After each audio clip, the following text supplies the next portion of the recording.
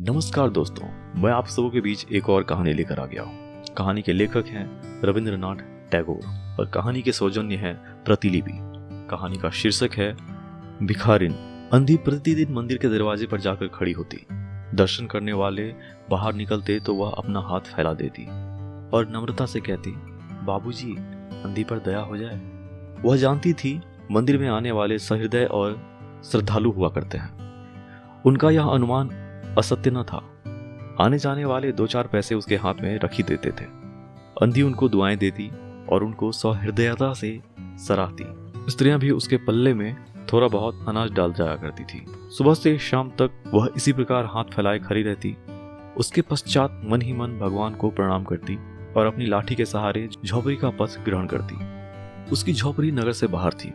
रास्ते में भी याचना करती जाती, किंतु राहगीरों में अधिक संख्या श्वेत वस्त्र वाले होते थे, जो पैसे देने की अपेक्षा झिड़कियां दिया करते थे। तब भी अंधी निराश न होती और उसकी याचना बराबर जारी रहती। झोपड़ी पर पहुंचते पहुंचते 2-4 पैसे और मिल जाते। झोपड़ी के समीप पहुंचते ही एक 10 वर्ष का लड़का उछलता कूदता आता और उससे लिपट जाता। अंधी टटोल कर उसके मस्तक को चूमती। ये बच्चा कौन है, किसका है, कहाँ से आया? इस बात से कोई परिचित नहीं था। 5 वर्ष हुए आस पड़ोस वाले ने उसे अकेला ही देखा था। इन्हीं दिनों एक संध्या समय लोगों ने उसकी गोद में एक बच्चा देखा। वह रो रहा था। अंधी उसका मुख चूम कर उसे चुप कराने का प्रयत्न कर रही थी। वह कोई असाधारण घटना न थी, अतः किसी ने भी नहीं पूछा कि बच्चा किसका है। उसी दिन से यह बच्चा अंधी के पास था और प्रसन्न था। उसको वह अपने से अच्छा खिलाती और पहनाती। अंधी ने अपनी झोपड़ी में एक हांडी गाड़ रखी थी। संध्या समय जो कुछ मांग कर लाती उसमें डाल देती और उसे किसी वस्तु से ढाप देती, इसलिए कि दूसरे व्यक्ति की दृष्टि उस पर न पड़े। खाने के लिए अन्न काफी मिल जाता था, उससे काम चलाती थी। पहले बच्चे को पेट भरकर खिलाती, फिर स्वयं खाती। रात को बच्चे को अपने वक्त से लगाकर वही पड़ जाती। प्रातः काल होते ही उसको खिला पिलाकर फिर मंदिर के द्वार पर जा खड़ी होती। काशी में सेठ बनारसी दास बहुत प्रसिद्ध व्यक्ति हैं। बच्चा बच्चा उसकी कोठी से परिचित है। बहुत बड़े देशभक्त और धर्मात्मा है। धर्म में उनकी बड़ी रुचि है। दिन के 12 बजे तक सेठ स्नान ध्यान में संलग्न रहते। कोठी पर हर समय भीड़ लगी रहती। कर्ज के इच्छुक तो आते ही थे, परंतु ऐसे व्यक्तियों का भी तांता बंधा रहता था जो अपनी पूंजी सेठ जी के पास धरोहर के रूप में रखने आते थे। सैकड़ों भिखारी अपनी जमा पूंजी इन्हीं सेठ जी के पास जमा कर जाते। अंधी को भी यह बात ज्ञात थी, किंतु पता नहीं अब तक वह अपनी कमाई यहाँ जमा कराने में क्यों हिचकिचाती रही। उसके पास काफी रुपए हो गए थे। हांडी लगभग पूरी भर चुकी थी। उसको शंका थी कि कोई चुरा न ले। एक दिन संध्या समय अंधी ने वह हांडी उखाड़ी और अपने फटे हुए आंचल में छिपाकर सेठ जी के कोठी पर पहुंची। सेठ जी बही खाते के पृष्ठ पलट रहे थे। उन्होंने पूछा, क्या है बुढ़िया? अंधी ने हांडी उसके आगे सरका दी और डरते डरते कहा, सेठ जी, इसे अपने पास जमा रख लो। मैं अंधी अपाहिज कहाँ रखती फिरूंगी। सेठ जी ने हांडी की ओर देखकर कहा, इसमें क्या है? अंधी ने उत्तर दिया, भीख मांग मांग कर अपने बच्चे के लिए 2-4 पैसे संग्रह किए हैं। अपने पास रखते डरती हूँ। कृपया इन्हें आप अपनी कोठी में रख लें। सेठ जी ने मुनीम की ओर संकेत करते हुए कहा, बही में जमा कर लो, फिर बुढ़िया से पूछ लेना तेरा नाम क्या है। अंधी ने अपना नाम बताया। मुनीम जी ने नकदी गिनकर उसके नाम से जमा कर ली और वह सेठ जी को आशीर्वाद देते हुए अपनी झोपड़ी की ओर चल गई। 2 वर्ष बहुत सुख के साथ बीते। इसके पश्चात एक दिन लड़के को ज्वर ने आ दबाया। अंधी ने दवा दारू की, झाड़ फूक से भी काम लिया, टोने टोटके की परीक्षा की, परंतु संपूर्ण प्रयत्न व्यर्थ सिद्ध हुए। लड़के की दशा दिन प्रतिदिन बुरी होती गई। अंधी का हृदय टूट गया। सास ने जवाब दे दिया। निराश हो गई बेचारी। परंतु फिर ध्यान आया कि संभवतः डॉक्टर के इलाज से फायदा हो सकता है। इस विचार के आते ही वह गिरती पड़ती सेठ जी के कोठी पर आ पहुंची। सेठ जी उपस्थित थे। अंधी ने कहा, सेठ जी, मेरी जमा पूंजी में से 10-5 रुपए मिल जाए तो बड़ी कृपा होगी। मेरा बच्चा मर रहा है, डॉक्टर से दिखाऊंगी। सेठ जी ने कठोर स्वर में कहा, कैसी पूंजी, कैसे रुपए? मेरे पास किसी के रुपए जमा नहीं है। अंधी ने रोते हुए उत्तर दिया, 2 वर्ष हुए मैं आपके पास धरोहर रख गई थी, दे दीजिए, बड़ी दया होगी। सेठ जी ने मुनीम की ओर रहस्यमय दृष्टि से देखते हुए कहा, मुनीम जी, जरा देखना तो इसके नाम से कोई पूंजी जमा है क्या? तेरा नाम क्या है री? अंधी के जान में जान आई, आशा बंधी। पहला उत्तर सुनकर उसने सोचा कि सेठ मेहमान है, किंतु अब सोचने लगी संभवतः उसे ध्यान न रहा हो। ऐसी धर्मी व्यक्ति भी भला कहीं झूठ बोल सकता है क्या?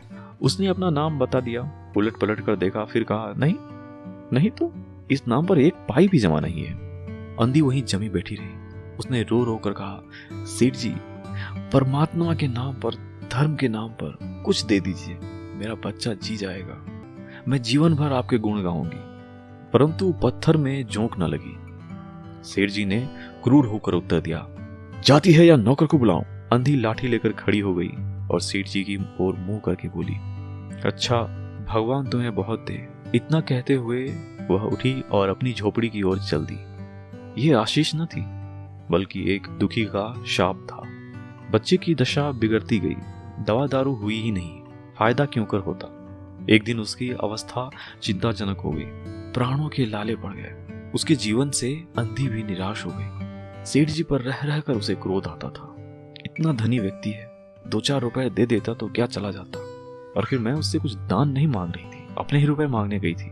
सेठ जी से घृणा हो गई। बैठे बैठे उसको कुछ ध्यान आया। उसने बच्चे को गोद में उठाया और ठोकरे खाती गिरती पड़ती सेठ जी के पास पहुंची और उसके द्वार पर धरना देकर बैठ गई। बच्चे का शरीर ज्वर से भभक रहा था और अंधी का कलेजा भी। एक नौकर किसी काम से बाहर आया। अंधी को बैठा देखकर उसने सेठ जी को सूचना दी। सेठ जी ने आज्ञा दी कि उसे भगा दो। नौकर ने अंधी से चले जाने को कहा, किंतु वह उस स्थान से न हिले। मारने का भय दिखाया, पर वह टस से मस न हुई। उसने फिर अंदर जाकर कहा कि वह नहीं टली, वह नहीं जा रही। सेठ जी स्वयं बाहर पधारे, देखते ही पहचान गए। बच्चे को देखकर उसे बहुत आश्चर्य हुआ कि उसकी शक्ल सूरत उसके मोहन से बहुत मिलती जुलती है। 7 वर्ष हुए तब मोहन किसी मेले में खो गया था। उसकी बहुत खोज की, पर उसका कोई पता न चला। उन्हें स्मरण हो आया कि मोहन की जांघ पर एक लाल रंग का चिन्ह था। इस विचार के आते ही उन्होंने आंधी के गोद में बच्चे की जांघ देखी। चिन्ह अवश्य था, परंतु पहले से कुछ बड़ा। उनको विश्वास हो गया कि बच्चा उन्हीं का है। तुरंत उनको छीनकर अपने कलेजे से चिपटा लिया। शरीर ज्वर से तप रहा था। नौकर को डॉक्टर लाने के लिए भेजा और स्वयं मकान के अंदर चला गया। अंधी खड़ी हो गई और चिल्लाने लगी, मेरे बच्चे को न ले जाओ, मेरे रुपए तो हजम कर गए हो, क्या मेरे बच्चे भी मुझसे छीनोगे?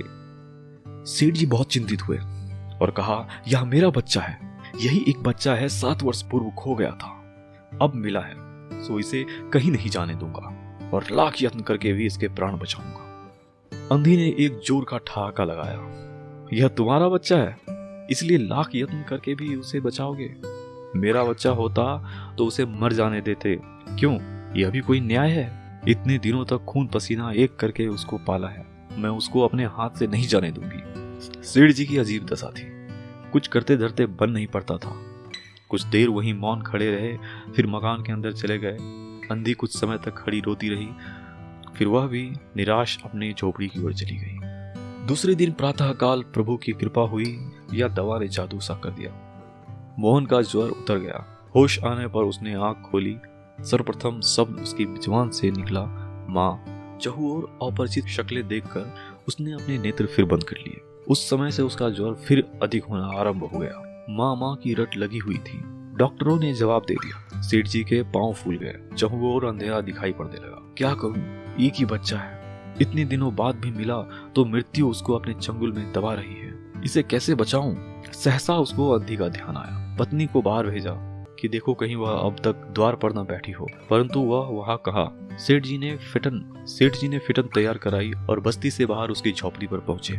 झोपड़ी बिना द्वार की थी। अंदर गए, देखा अंधी एक फटे पुराने टाट पर पड़ी है और उसके नेत्रों से अश्रुधार बह रही है। सेठ जी ने धीरे से उसको हिलाया। उसका शरीर भी अग्नि की भांति तप रहा था। सेठ जी ने कहा, बुढ़िया, तेरा बच्चा मर रहा है, डॉक्टर निराश हो गए, रह रह कर वह तुझे पुकारता है, अब तू ही उसके प्राण बचा सकती है, चल और मेरे नहीं अपने बच्चे की जान बचा ले। अंधी ने उत्तर दिया, मरता है तो मरने दो, मैं भी मर रही हूँ, हम दोनों स्वर्ग लोक में फिर माँ बेटी की तरह मिल जाएंगे। इस लोक में सुख नहीं है, वहाँ मेरा बच्चा सुख से रहेगा, मैं वहाँ उसकी सुचारू रूप से सेवा करूंगी। सेठ जी रो दिए। आज तक उन्होंने किसी के सामने सिर न झुकाया था, किंतु इस समय अंधी के पांव पर गिर पड़े और रो रो कर कहा, ममता की लाज रख लो, आखिर तुम भी उसकी माँ हो, चलो तुम्हारे जाने से वह बच जाएगा।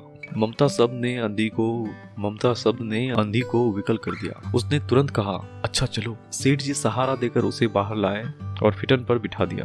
फिटन घर की ओर दौड़ने लगी। उस समय सेठ जी और भिखारी दोनों की एक ही दशा थी। दोनों की यही इच्छा थी कि शीघ्र से शीघ्र अपने बच्चे के पास पहुंच जाए। जल्द ही वो कोठी आ गए। सेठ जी ने सहारा देकर अंधी को उतारा और अंदर ले गए। भीतर जाकर अंधी ने मोहन के माथे पर हाथ फेरा। मोहन पहचान गया कि वह उसकी माँ का हाथ है। उसने तुरंत नेत्र खोल दिए और उसने अपने समीप खड़े हुए देखकर कहा, माँ तुम आ गई। अंधी ने स्नेह से भरे स्वर में उत्तर दिया, हाँ बेटा, तुम्हें छोड़कर कहाँ जा सकती हूँ। अंधी भिखारिन मोहन के सिरहाने बैठ गई और उसने मोहन का सिर अपने गोद में रख लिया। उसको बहुत सुख अनुभव हुआ और वह उसकी गोद में तुरंत सो गया। दूसरे दिन से मोहन की दशा अच्छी होने लगी और 10-15 दिन में वह बिल्कुल स्वस्थ हो गया। जो काम हकीमों के जो शानदेह, वैद्यों की पुड़िया और डॉक्टरों के दवा न कर सके, वह अंधी की स्नेहमयी सेवा ने पूरा कर दिया। मोहन के पूरी तरह स्वस्थ हो जाने पर अंधी ने विदा मांगी। सेठ जी ने बहुत कुछ कहा सुना कि वह वहीं उन्हीं के पास रह जाए, परंतु वह सहमत न हुई। विवश होकर विदा करना पड़ा। जब वह चलने लगी तो सेठ जी ने रुपए की एक थैली उसके हाथ में दे दी। अंधी ने मालूम किया, इसमें क्या है? सेठ जी ने कहा, इसमें तुम्हारे धरोहर है, तुम्हारे रुपए, मेरा वह अपराध। अंधी ने बात काट कर कहा, यह रुपए तो मैंने तुम्हारे मोहन के लिए ही संग्रह किए थे, उसी को दे दो। अंधी ने थैली वहीं छोड़ दी और लाठी टटोलती हुई चली गई। बाहर निकलकर फिर उसने उस घर की ओर नेत्र उठाए। उसके नेत्रों से अश्रु बह रहे थे, किंतु वह एक भिखारिन होते हुए भी सेठ से महान थी। इस समय सेठ याचक था और वह दाता थी।